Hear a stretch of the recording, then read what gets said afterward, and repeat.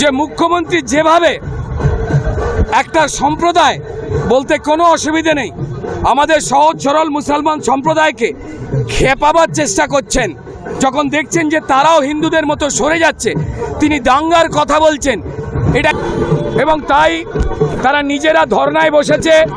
মিছিল মিটিং করবার তৃণমূলের মুরদ নেই, তারা ধর্নায় বসেছে।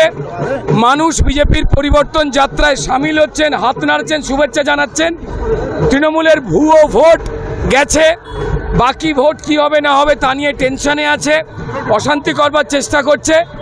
তাই বিজেপির প্রতি যে জনসমর্থন বাড়ছে, মানুষের যে আশীর্বাদ বাড়ছে, মায়েরা বোনেরা এবং যুব সমাজ তারা যে তৃণমূলের ক্রিমিনালদের আর পুলিশের ভয় মারধর আতঙ্ক ভুলে জমায়েত হচ্ছে এটাকে বানচাল করবার জন্য। দেখুন, এটা খুব স্বাভাবিক ঘটনা। খুন হবে পশ্চিমবঙ্গের মানুষের জন্য লড়াই করে বিজেপি, গ্রেপ্তার করা হবে বিজেপিকে। তৃণমূল দেখুন, সে তো তৃণমূল ডবল ডবল চাকরির কথা বলেছিল। মমতা বন্দ্যোপাধ্যায় বলেছিল যে মহাভারত নাকি কাজী নজরুল ইসলাম লিখেছেন। তৃণমূলের কথা যারা কানে নেবে তাদের নিজেদের শরীরের যে অসুবিধা হবে। তৃণমূলের কথা মানে মিথ্যে কথায় সবাই জানে, তারা আতঙ্কে, হেরে যাবার আতঙ্কে, 26-এ ক্ষমতাচ্যুত হবার আতঙ্কে তারা বিজেপিকে মারধর করছে, আটকাবার চেষ্টা করছে। এবং আপনারা দেখেছেন যে মুখ্যমন্ত্রী যেভাবে একটা সম্প্রদায় বলতে কোনো অসুবিধে নেই আমাদের সহজ সরল মুসলমান সম্প্রদায়কে খেপাবার চেষ্টা করছেন, যখন দেখছেন যে তারাও হিন্দুদের মতো সরে যাচ্ছে, তিনি দাঙ্গার কথা বলছেন।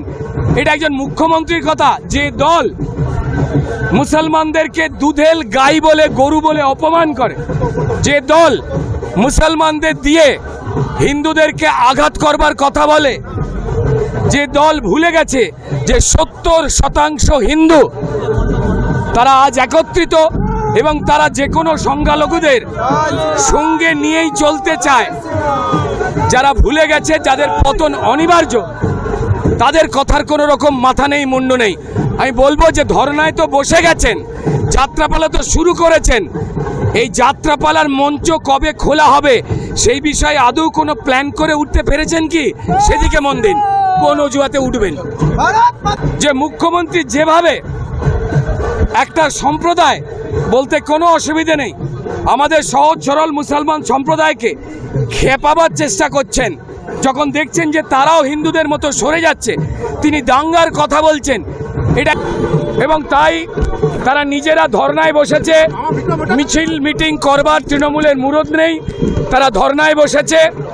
মানুষ বিজেপির পরিবর্তন যাত্রায় সামিল হচ্ছেন, হাত নাড়ছেন, শুভেচ্ছা জানাচ্ছেন। তৃণমূলের ভুয়ো ভোট গেছে, বাকি ভোট কি হবে না হবে তা নিয়ে টেনশনে আছে, অশান্তি করবার চেষ্টা করছে।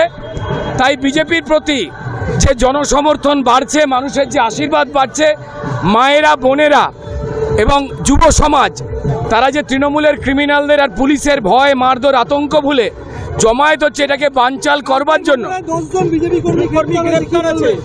দেখুন, এটা খুব স্বাভাবিক ঘটনা। খুন হবে পশ্চিমবঙ্গের মানুষের জন্য লড়াই করে বিজেপি, গ্রেপ্তার করা হবে বিজেপিকে। তৃণমূল দেখুন, সে তো তৃণমূল ডবল ডবল চাকরির কথা বলেছিল। মমতা বন্দ্যোপাধ্যায় বলেছিল যে মহাভারত নাকি কাজী নজরুল ইসলাম লিখেছেন। তৃণমূলের কথা যারা কানে নেবে তাদের নিজেদের শরীরের যে অসুবিধা হবে। তৃণমূলের কথা মানে মিথ্যে কথায় সবাই জানে, তারা আতঙ্কে, হেরে যাবার আতঙ্কে, 26-এ ক্ষমতাচ্যুত হবার আতঙ্কে তারা বিজেপিকে মারধর করছে, আটকাবার চেষ্টা করছে। এবং আপনারা দেখেছেন যে মুখ্যমন্ত্রী যেভাবে একটা সম্প্রদায় বলতে কোনো অসুবিধে নেই আমাদের সহজ সরল মুসলমান সম্প্রদায়কে খেপাবার চেষ্টা করছেন, যখন দেখছেন যে তারাও হিন্দুদের মতো সরে যাচ্ছে, তিনি দাঙ্গার কথা বলছেন। এটা একজন মুখ্যমন্ত্রীর কথা, যে দল মুসলমানদেরকে দুধেল গাই বলে, গরু বলে অপমান করে, যে দল মুসলমানদের দিয়ে হিন্দুদেরকে আঘাত করবার কথা বলে, যে দল ভুলে গেছে যে 70% হিন্দু তারা আজ একত্রিত এবং তারা যে কোনো সংখ্যালঘুদের সঙ্গে নিয়েই চলতে চায়, যারা ভুলে গেছে যাদের পতন অনিবার্য, তাদের কথার কোনো রকম মাথা নেই মুন্ডু নেই। আমি বলবো যে ধর্নায় তো বসে গেছেন, যাত্রাপালা তো শুরু করেছেন, এই যাত্রাপালার মঞ্চ কবে খোলা হবে সেই বিষয়ে আদৌ কোনো প্ল্যান করে উঠতে পেরেছেন কি? সেদিকে মন দিন, কোন অজুহাতে উঠবেন।